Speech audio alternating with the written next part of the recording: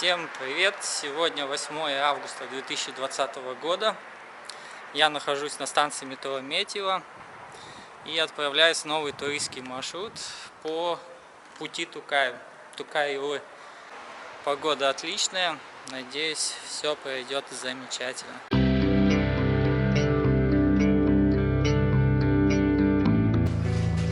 Еду в Камаево.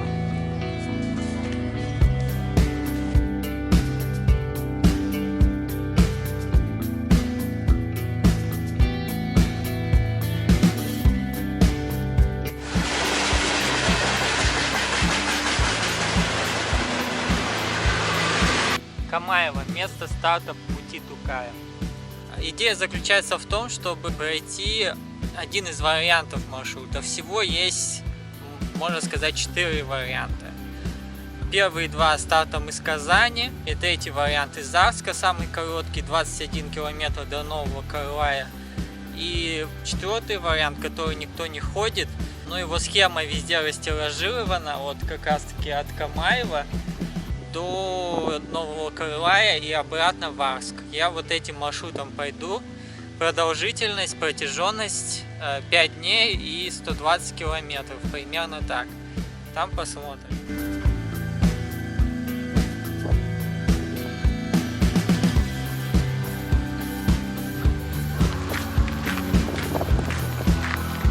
Первые метры даются всегда с улыбкой, с счастьем.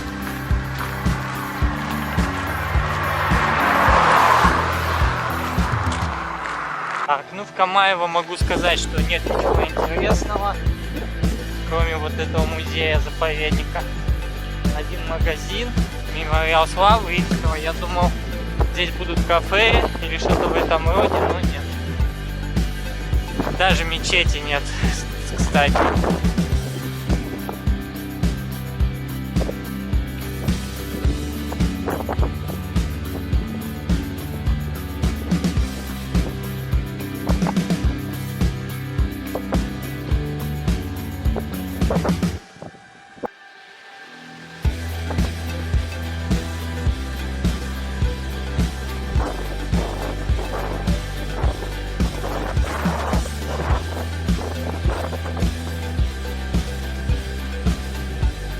Уже виднеется источник Хаджимулы.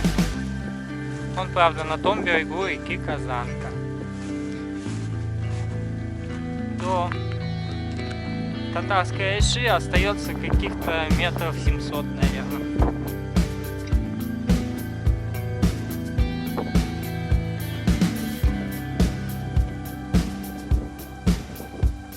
Татарская Айша с каждым шагом все ближе.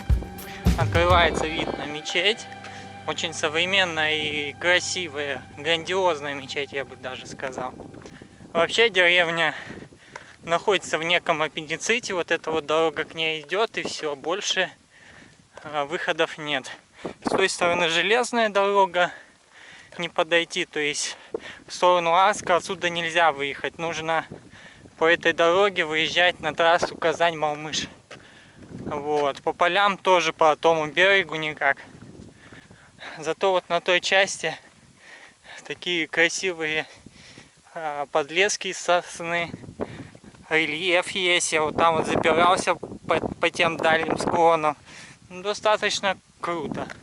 Плюс в окрестностях Татарской Айши находится два источника.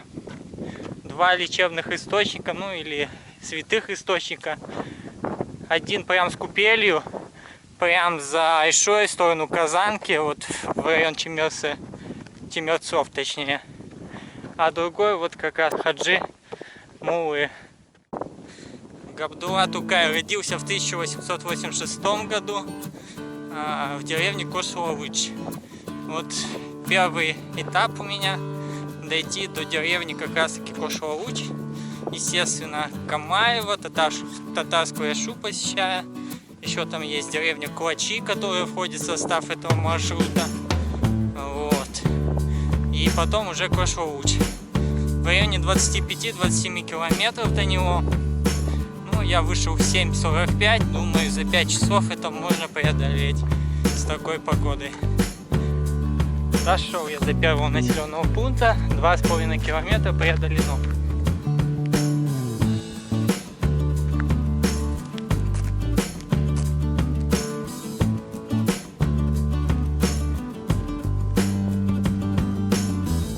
Мечеть является центром жизни в татарских селах, потому что в мечети служил мулла, он выполнял по сути роль главы деревни, он, то есть, заключал браки, выдавал свидетельство о рождении, ну и так далее. Могу сказать и знаю, что Габдулла Тукай родился как раз в семье муллы, и его мать тоже была из семьи муллы. То есть его дед служил муллой в деревне Учили, в которую я тоже планирую попасть.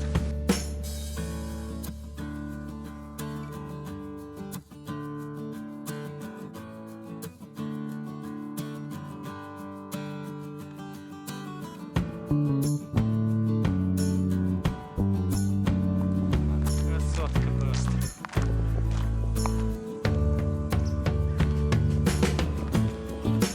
Красавица. Река Казанка.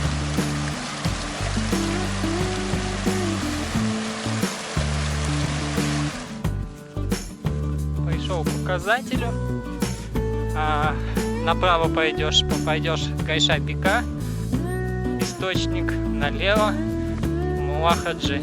Я как раз туда сейчас буду отдыхать. У меня есть тут зачетное место. На этом источнике я уже был. Посмотрите 4-ю серию похода «Истоки Казанки».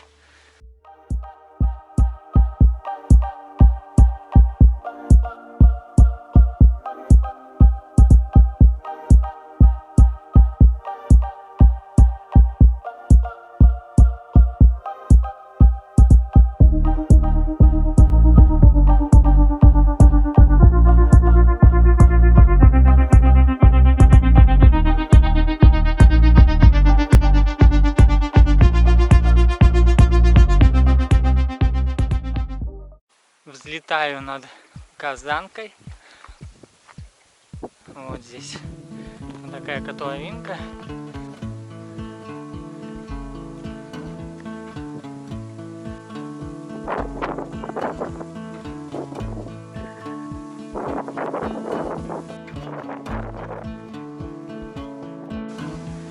За деревом дерево, а за поворотом опять дерево. Такие вот сосенки здесь. Дорога извилистая достаточно, но очень живописная. Какая красота!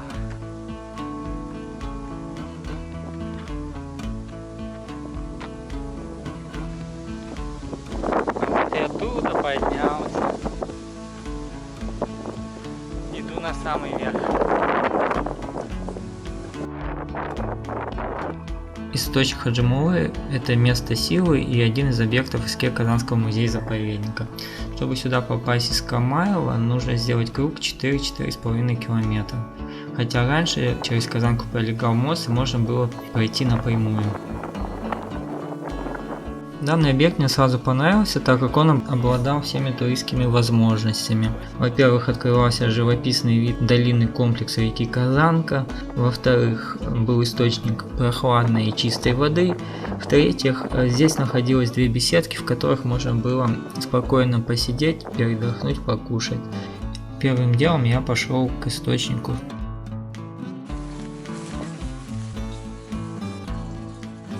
Попадая внутрь, видно, что место часто посещаемое и намоленное. На стенах можно заметить статуи из Корана, около источника россыпь монет, в самих стенах различные записки с пожеланиями, на стенах пожелания, одно из таких «Хочу быть богатым». Но я думаю, что это не главное, конечно, особенно в год, когда мы боремся с ковидом.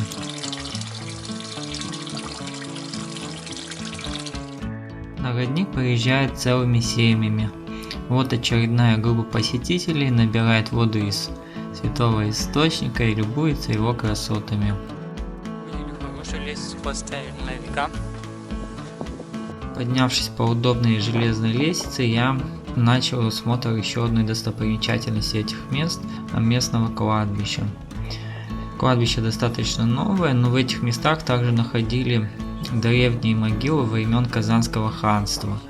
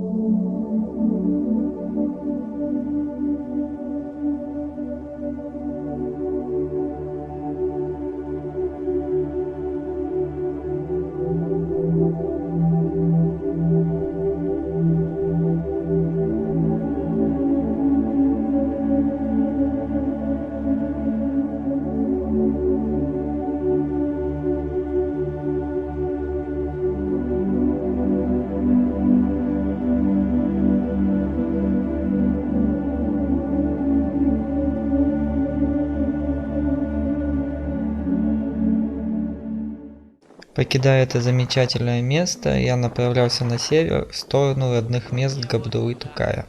Сильный ветер, я не знаю, как с ним быть. Он прям раздувает меня в разные стороны, как медведь-шатун. Чудо природы, сток сена. Была история такая, то что Габдуллу-Тукая за вот примерно такой сток оставили в деревне Кошлауч, когда умер отец, и мать выдали замуж за Амуру. Сосне, поселок Сосна называется. Так что символично.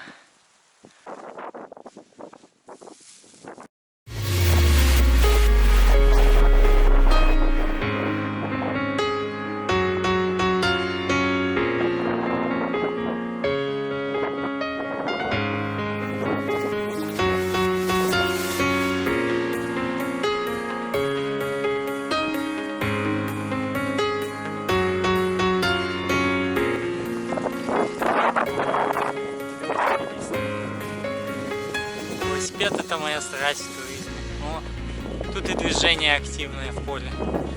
Дорога накатанная, машины не проезжают.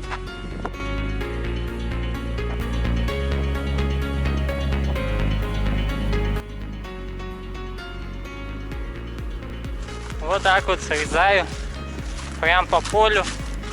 Здесь уже все скошено и наезжена дорога.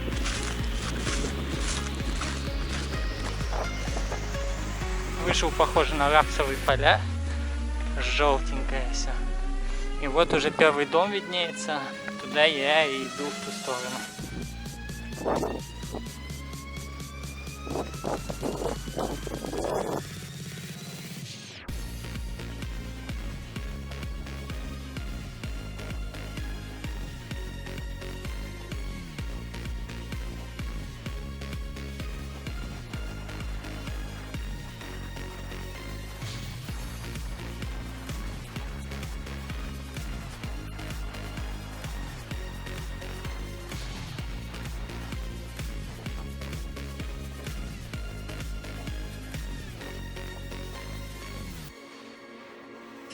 Прошел 8,3 километра уже, отдыхаю в третий раз. Дорога достаточно простая, ничего сложного. Можно и на велосипеде спокойно здесь проехать, вообще прям без проблем. Вот тоже достаточно живописное место.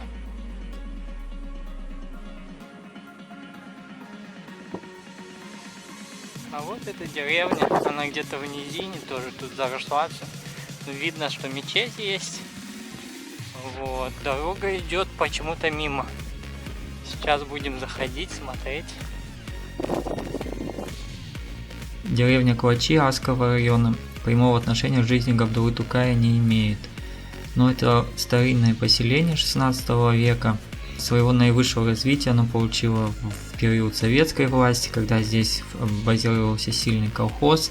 И даже сейчас, когда идешь, кругом поля, кругом кипит работа. А еще по некоторым источникам говорится, что здесь в годы Великой Отечественной войны и после выпускалась татарская одежда, сапоги, изделия из кожи.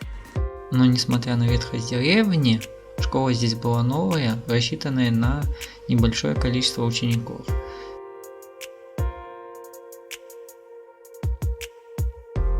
Далее я посетил мемориал, посвященный жертвам Великой Отечественной войны, на котором также были изображены изделия, изготавливаемые в годы Великой Отечественной войны и позже в данном поселении. Далее, по традиции уже, мной производился осмотр мечети, объект, который был декорирован под деревом и выделялся на фоне других сооружений. Здание было построено не так давно, и оно имеет достаточно большое значение для данного населенного пункта. Как видно по моему внешнему виду, я с удовольствием прогуливался по данному селению. Для Арского района данная деревня была нетипичная, она более походила на деревни советского типа.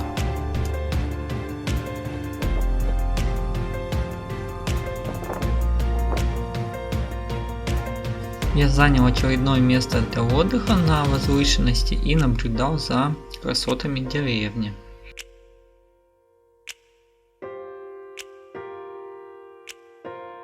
Далее я двигался по бескрайнему полю вдоль какой-то полевой дороги. Как мне это нравилось.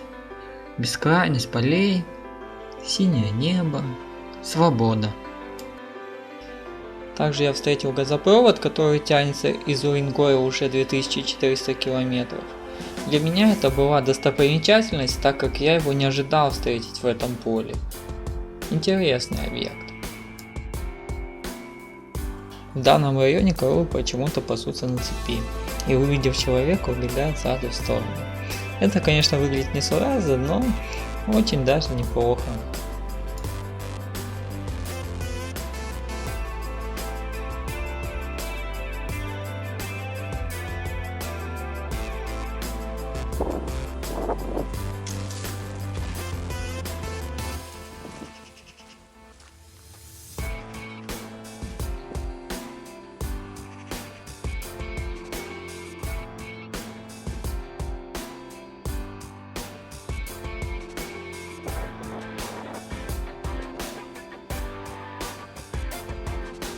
Так постепенно я подходил к следующему населенному пункту на моем пути.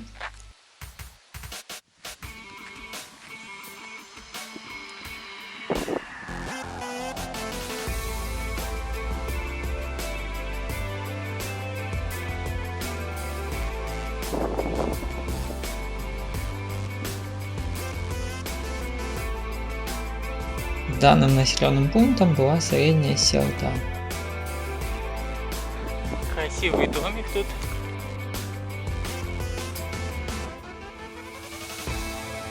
Выхожу в мечети. Ну, в принципе, вид традиционный, только здесь она кирпичная.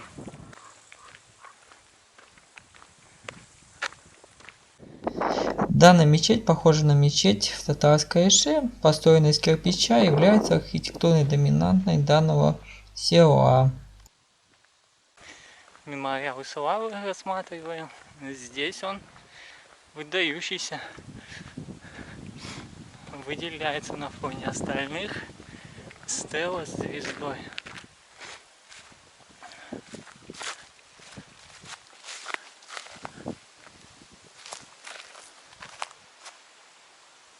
В общем, Нижняя Серда — огромный поселок. Тут одна улица тянется уже, наверное, километр-полтора. Вот. Дома разные по стилю, разных годов постройки видно.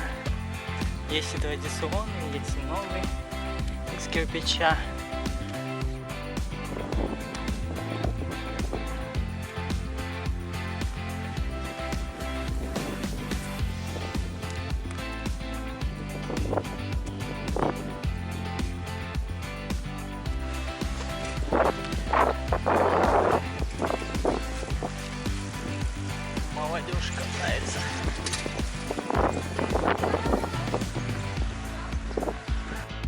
В селе можно было встретить дома различных стилей, в том числе дома в татарском национальном стиле с пристройкой. Они, конечно, отличались от остальных. Вот такое тут дерево диковинное, все скрученное. Тоже лет 200, наверное, как в Сакурах. Покидаю средний серый дуб. Дальше будет нижняя. Такой же поселок. Вот. Ну, интересное место. Освоенное, развитое. Очередная стоянка. Уже 18 с копейками прошел. Можно сказать, начинаются те места, окрестности, где уже родился и провел первые годы жизни Габдулла Тукай. Шагаю далее. Вон поселок уже.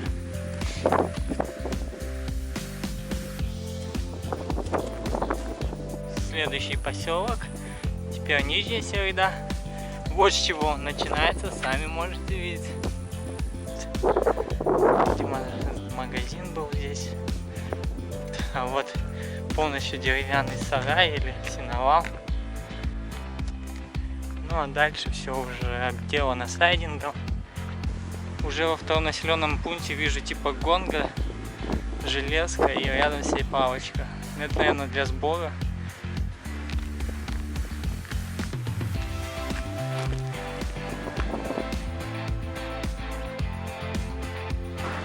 И магазин закрыт. А перерыв до 2 часов. А вот она мечеть. Наиболее выгодный ракурс отсюда открывается. Тут такой обрывчик, и она возвышается. Неплохо. Кстати, не дождался, пока магазин откроет. Кстати, интересное зданице тут. Годов 50-х похоже. Такого деревянное, шифером обито. Это что вообще? В этом селе побольше монумент, прям огромный, можно сказать.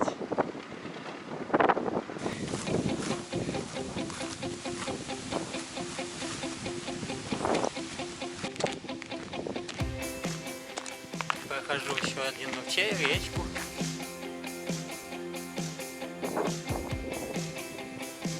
Вдали открывается вид на старую Юльбу. Это поселок прям соседствует с Кошловичом, там метров 200, они практически слиты через речку. Вот, значит, такие окрестности здесь.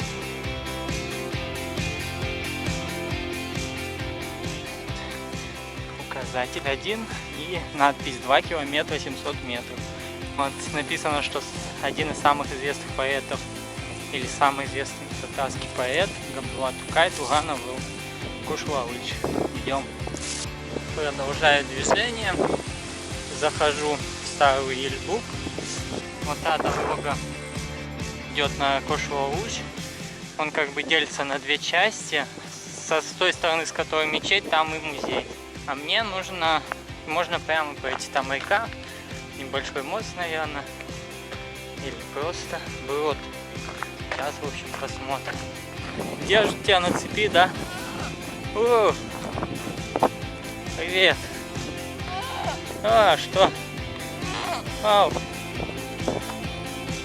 Красавица! Нет, по казанке ходил и тут приду. Ну, блин, ноги мочить придется немножко.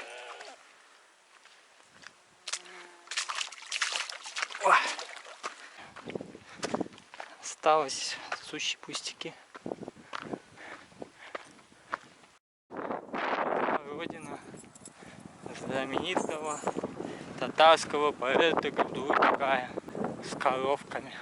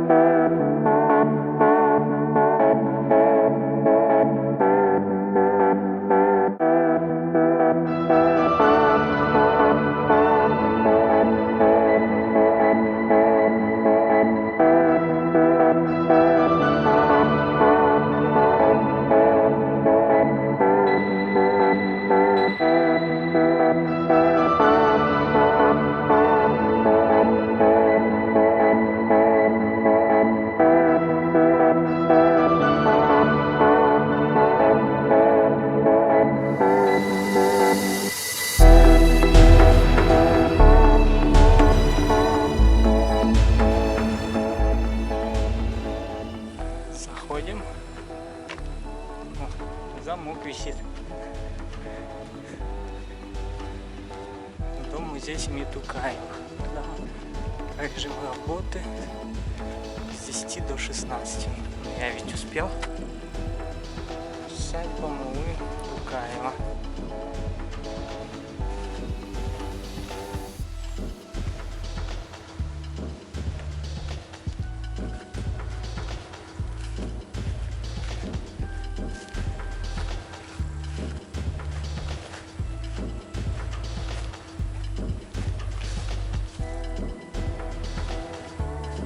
Музей семьи Тукаевых. Здесь 26 апреля 1986 года родился татарский поэт Габдулла Тукаев. Ну что ж, попробуй позвонить, узнать, откроет музей, не откроет. Здесь уже вот когда построили это здание, 96-й год, вот, открытие, глава администрации. Все это видели 96-го года. Вот здесь открытие мечети, вот тоже 96-й год. На неделю раньше открылся этот музей, и через неделю открыли это мечеть. А вот старая мечеть, она где находилась? И подальше, здесь там есть огражденный Участок, да? участок, да, там стоял мечеть, но он еще, когда его примерно после 90-го года где-то разобрали его. Почему не реставрировали, не знаю. Она, наверное, из дерева, да, была? Из дерева была, да. Там она служила школой. Мы еще там в начальных классах учились. Ясно. Кош-Лауч родился, 3 года здесь прожил, потом снова его вернули после смерти мамы, да? Да. И перед смертью он уже сюда приезжал, ну, перед смертью, не перед смертью, но... Вот писатели, которые приезжали, свои эти с автографами, книжки оставили. Вот Туфан Мингульдин каждый год приезжал, вот, вот когда день рождения, вот, он каждый год приезжал. А вообще много посетителей бывает в течение года? Нормально было, сейчас в этом году уже нет. В этом году пандемия. Да, это полные эти автобусы, большие эти иномарки приезжали, по 4, по 5 штук. А пешком кто-нибудь, как я, приходил? Было, вот в этом году 2 парней как приходили. Впечатляет. Натуралистичный. Это с глины, а вот это из дерева. Удалось договориться переночевать прямо на площади музея Габдуллы Тукаева. Место намоленное, скажем так, место нахоженное. Взял вот перекус.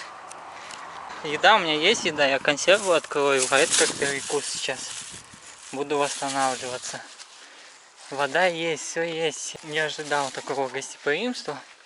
Прям очень хорошо. В магазине, конечно, не очень хорошо в плане того, что нельзя картой оплатить, а я денег маловато взял. Сейчас у меня осталось только на экскурсию, а в остальных магазинах нужно вот где только карты принимать заходить. Ну и ладно, будем питаться провиантом, который у меня есть. А, кстати, интернет достаточно плохой здесь, мегафоновский, только Теле2, говорит, 4G ловит. Мегафон EG и все, ну то есть 2G. Это плохо. Если вы посмотрели эту серию до конца, ставьте лайк, подписывайтесь. Я думаю, не каждый человек так ходит и рассказывает, показывает места Татарстана для вас. Так что не поленитесь, посмотрите, поставьте лайк, подпишитесь. Я буду продолжать этим заниматься. Ну, все, пока, удачи.